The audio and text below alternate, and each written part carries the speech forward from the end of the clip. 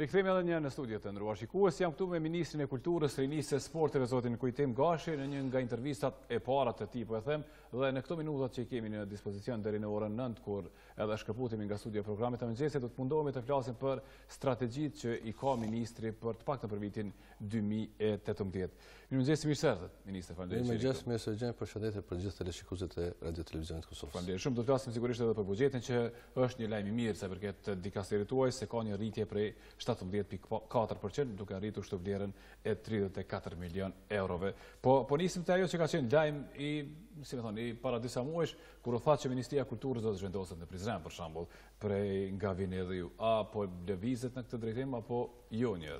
Po, gjithsesi, pas vendimit që Qeveria e Republikës Kosovës ka marrë një nga mbledhjet e para për zhvendosjen e Ministrisë Kulturës, Rinisë dhe Sportit në qytetin e lashtë Prizrenit, ne si ministri kemi ndërmarrë gjitha veprimet e duhura dhe jemi duke punuar që ministrin ta zhvendosim dal nga dal në qytetin e Prizrenit, ashtu siç edhe e kam potencuar në prononcimet e mia për televizionet. Në këtë qytet do të bartën fillimisht 2 departamentet Ministrisë Kulturës, Departamenti i Trashëgimisë Kulturore, për faktin se Prizreni shuhet për një trashëgimi të pastër kulturore, duke pas në qytet shumë asete të trashëgimisë, shumë monumente, shumë objekte, dhe po ashtu duke pas parasysh që në qytetin e Prizrenit organizohen edhe shumë festivale edhe me karakter ndërkombëtar, gjithashtu do të jetë edhe Departamenti i Kulturës, dhe për fazën e parë do të jenë këto 2 departamente edhe kabineti i ministrit.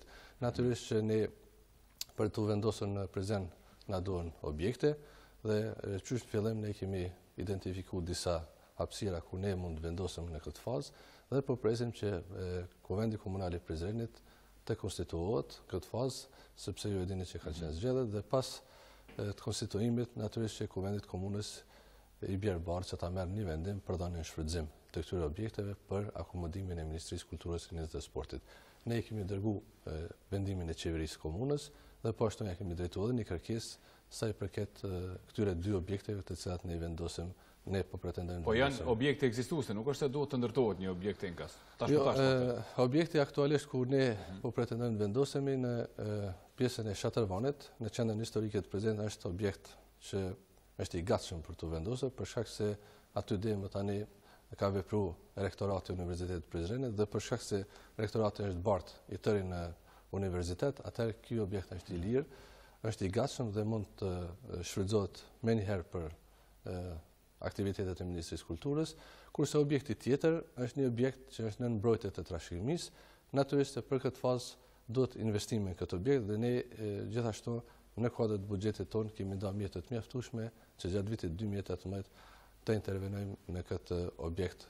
Zoti Gashi, pse mendoni se është diskutuar shumë dhe me qëllim po ndani pak të kësaj pjesë? Pse mendoni se është e rëndësishme që të bëhet kjo zhvendosje e këtyre departamenteve ose edhe ministrisë më vonë në qytetin e Prizrenit? Po, e thash edhe më parë, Prizreni shuhet për shumë aktivitete të kulturës, ka një pasuri jashtëzakonisht të madhe edhe të trashëgimisë kulturore dhe natyrisht për shkak edhe të karakterit historik që ka qyteti i Prizrenit, ne mendojmë që është nder edhe për Kosovën edhe për Qeverinë e Republikës Kosovës që ta bartë Ministrinë e Kulturës.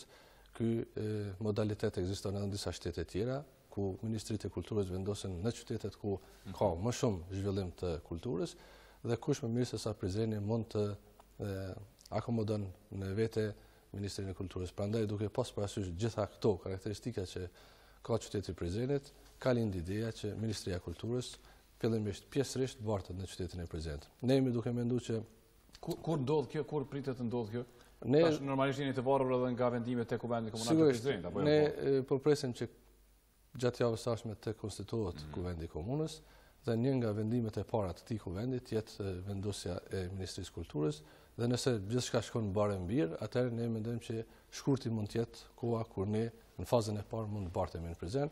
Pastaj na duhet një renovim i objektit tjetër dhe besoj që gjatë fundit të viti mund të barën në tërësi këto 2 departamente, të cilat do të operojnë me kapacitetet plota në qytetin e Prizrenit. Po, si pas toj logjike që ju po e thoni ministra, e bie që ta zëm nëse Rahoveci kushtimisht po e them konsiderohet si një zonë ku ka bujqësi më të zhvilluar, Ministria e Bujqësisë të zhvendosur atje ose një departament ose një ministri në ndonjë qytet tjetër, a është kjo pak a shumë logjike? Pse jo, edhe sot në Rahovec ekziston një departament i Ministrisë së Bujqësisë, i cili operon me kapacitetet plota dhe është në shërbim të vreshtarëve atje dhe shumë bujqëve që punojnë tokën.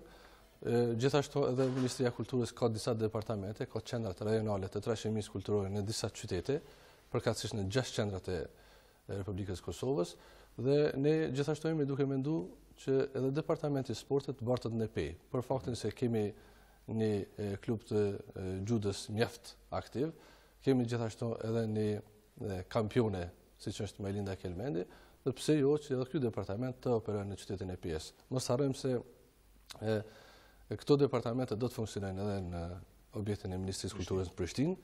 Ky veprimi joni është vetëm decentralizim i shërbimeve në qytetet ku zhvillohen aktivitetet përkatëse. Në kulturë në Prizren, sporti në Pej, bujqësia pse jo nesër të jetë në Rahovec, zhvillimi ekonomik me një qytet tjetër ku ka më shumë industri, dhe kjo do të ishte natyrisht e mirë edhe për shërbimet që do t'i ofrohen qyteteve të cilat kryejnë një veprimtari të veçantë, siç janë këto që po i përmendja. Flasim pak për buxhetin. Një lajm i mirë është që këto sektor ka një buxhet më të madh, sektorët që ju mbulon edhe kultura, sporti dhe rinia, pra 34 milion euro. Është buxheti më i madh që ka pasur ndonjëherë Ministria e Kulturës apo jo? Po, realisht ne kemi hartuar një dokument, një strategji, një program të veçantë për 4 vitet të ardhshme, dhe unë kam kërkuar nga Qeveria e Republikës Kosovës, nga Ministria e Financave që për ta realizuar atë program, i cili është kogja ambicioz, na duhen mjete shtesë, dhe fillimisht kemi kërkuar një rritje prej 9 milion eurove, për shkak se plan programi jonë, synimet tona për 4 vitet të ardhshme janë shumë ambicioze, duke përfshi investimet në infrastrukturë, pastaj mbështetjen për talent ton të ri sportiv, mbështetet për federatat dhe klubet, dhe po ashtu mbështetet për aktivitetet shumëta kulturore, për skenën e pavarur kulturore, për trashëgimin kulturor e cila kërkon investime të mëdha, për shkak se investimet në trashëgimi kanë kosto të lartë, përkundër faktit që ne jemi duke komunikuar edhe me donatorë, me ambasadat, kjo nuk e ndalon që ne të ndajmë edhe mjete shtesë në Departamentin e Kulturës, dhe ajo që është shumë e rëndësishme,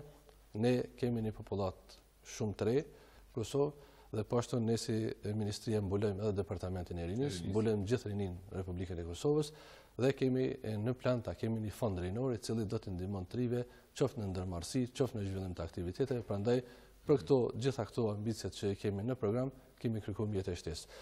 Unë e falenderoj edhe Ministrinë e Financave, edhe Kryeministrin, edhe gjithë dikasterët të cilët e kanë kuptuar drejt synimin ton dhe kanë bërë një rritje, përkundër që ne kemi kërkuar edhe më shumë, megjithatë kemi një rritje prej 17%, e cila do të mund në mas të madhe të realizon kërkesat tona. Nga buxheti 34 milionësh, si do të ndahet për vitin 2018? Cili nga departamentet e merr pjesën më të madhe?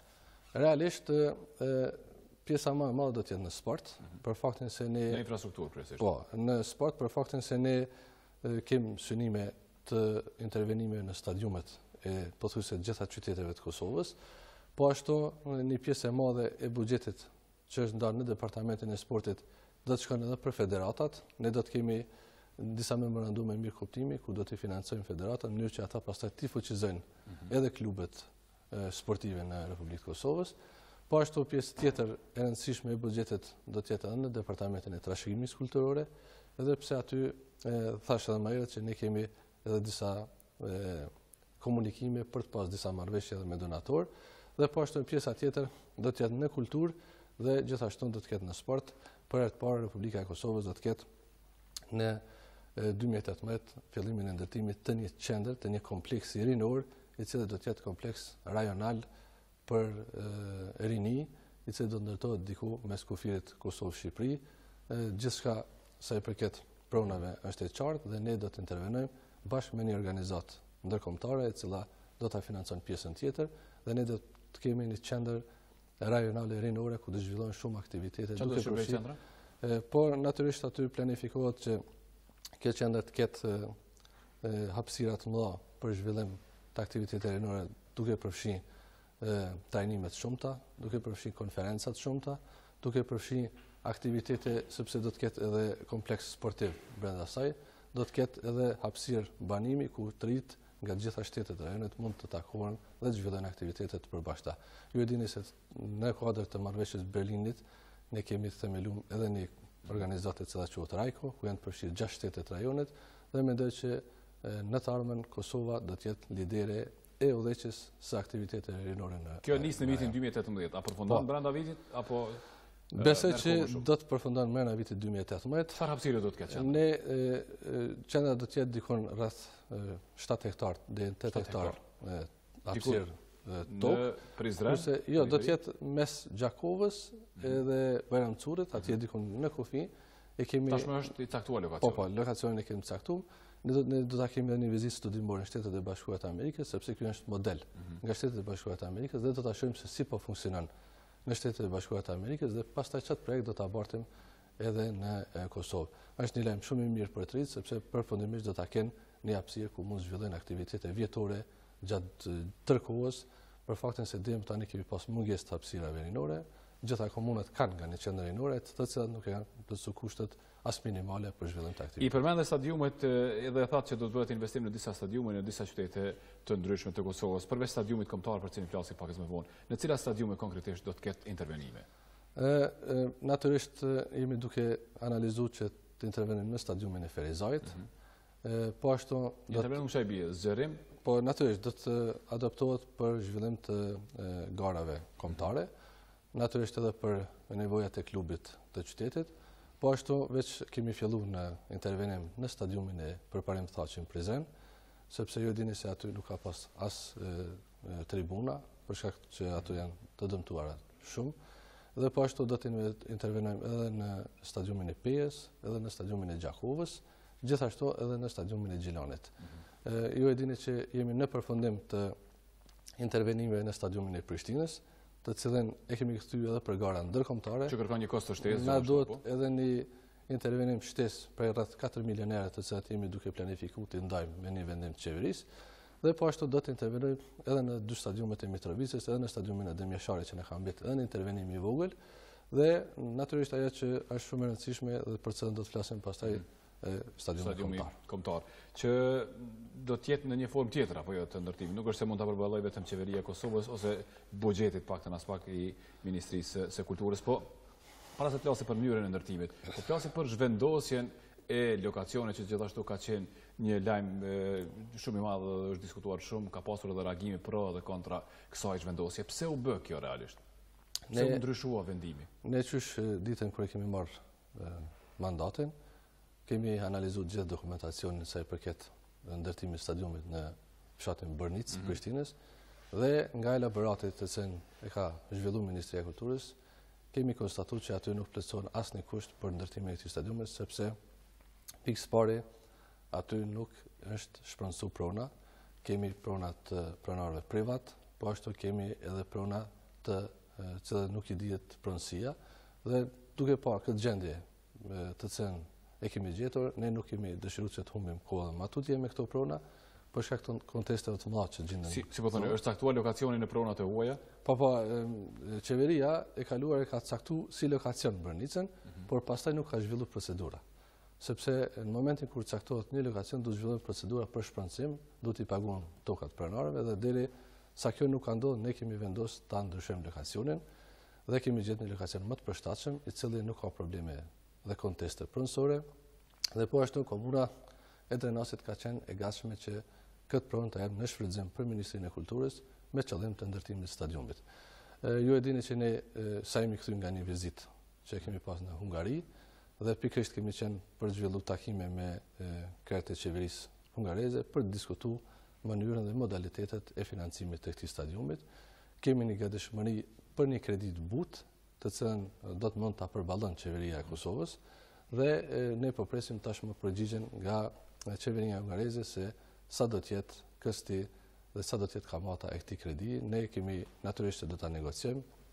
Ministria e Financave është kompetente ajo për të bërë këto marrëveshje, po ajo që është më rëndësi dhe që do të jetë edhe lajmi i mirë është se ne stadiumin e ri kombëtar do ta kemi nga ne kredi e but nga qeveria angareze, për cilën do ta mund ta përballon lehtë qeveria. A ka pasur diskutime mjaftueshëm për ndryshim lokacioni, për këtë zhvendosje nga Bërnica në Drenas atje tek lokacioni i ri që është saktuar, sepse tazëm në Federatën e Futbollit të Kosovës thonë që nuk janë pyetur. Ata nuk është se kanë diçka kundër, por nuk është se janë konsultuar për këtë çështje. Unë faktikisht e kam taku krerët e federatës dhe e kam konstatuar që Bërnica ka probleme pronësore, për cilat e kanë konstatuar ata vetë, dhe kemi njoftuar që ne nuk mund të presim gjatë, sepse ne kemi një dinamik të aktiviteteve dhe në ministri, dhe kemi vepruar. Natyrisht që nuk kemi pas dhe nuk kemi has kundërshtime, sepse për ata ka qenë e rëndësishme fillimi i punimeve dhe jo lokacioni, pak më pak i rëndësishëm, dhe natyrisht që nuk kemi pas konsultat shumëta as me federatën, as me klubet, sepse jemi të interesuar që të veprojmë shpejt, përderisa nuk kemi pa kundërshti, atëherë kemi konstatuar që kanë pajtueshmëri edhe federatat edhe klubet që ne stadiumin e ri ta ndërtojmë. Në fund fundit, si Bërnica, si Koretica kanë një afërsi me kryeqytetin. Bërnica ka 12 km nga qendra e Prishtinës, kurse Koretica 14 km dhe nuk shohim asnjë arsye që të ketë kundërshtime. Gjithashtu në Koreticë kemi edhe aeroportin afër, që është shumë e rëndësishme për ndërtimin e stadiumit. Po ashtu kemi autostradën përreth, jemi në mes të Republikës së Kosovës dhe jemi, para që është më rëndësi, jemi në mes të 3 qyteteve afër Prishtinës, që mund shfrytëzohet edhe për klubet shumëta edhe të Republikës së Kosovës. Edhe për diçka tjetër rrypyeta nëse ka pasur diskutime me grupe tjera të interesit, edhe me ekspertët, edhe me ish futbollistët, edhe me zyrtarët nga federata, edhe me të gjithë tjerët, sepse tazëm mund vjen një qeveri tjetër dhe mund të ketë një zhvendosje sërish të këtij vendimi, një ndryshim vendimi. Unë po besoj, dhe mandej po mbesim në pikën 0 duke. Unë po besoj që ne tashmë kemi shpall tenderin për elaborat. Gjatë muajit janar do ta shpallim tenderin edhe për fizibilitet. Dhe besoj që ka fundi i këtij viti të ardhshëm, ne do të fillojmë edhe me ndërtimin e stadiumit dhe nuk do të ketë kohë se qeveritë e ardhshme të mendojnë për ndryshim të lokacione, sepse kjo qeveri do ta përfundon stadiumin. E dim koston, kapacitetet tashmë gjithçka është e qartë për këtë stadium. Kapacitetet do të jenë parafërsisht rreth 30.000 ulëse, kurse kostoja në bazë të diskutimeve që kemi pas në Hungari, sepse kam vizituar dhe stadiumin atje, mund të jetë dikon prej 50 deri në 70 milion euro. Kjo do të jetë kostoja, nëse do të ndërtohet nga kompanitë e huaja, përkatësisht nga kompanitë hungareze, gjermane, franceze ose italiane, do të jetë 18 muaj nga dita kur fillojnë punimet deri në ditën kur dorëzohet stadiumi.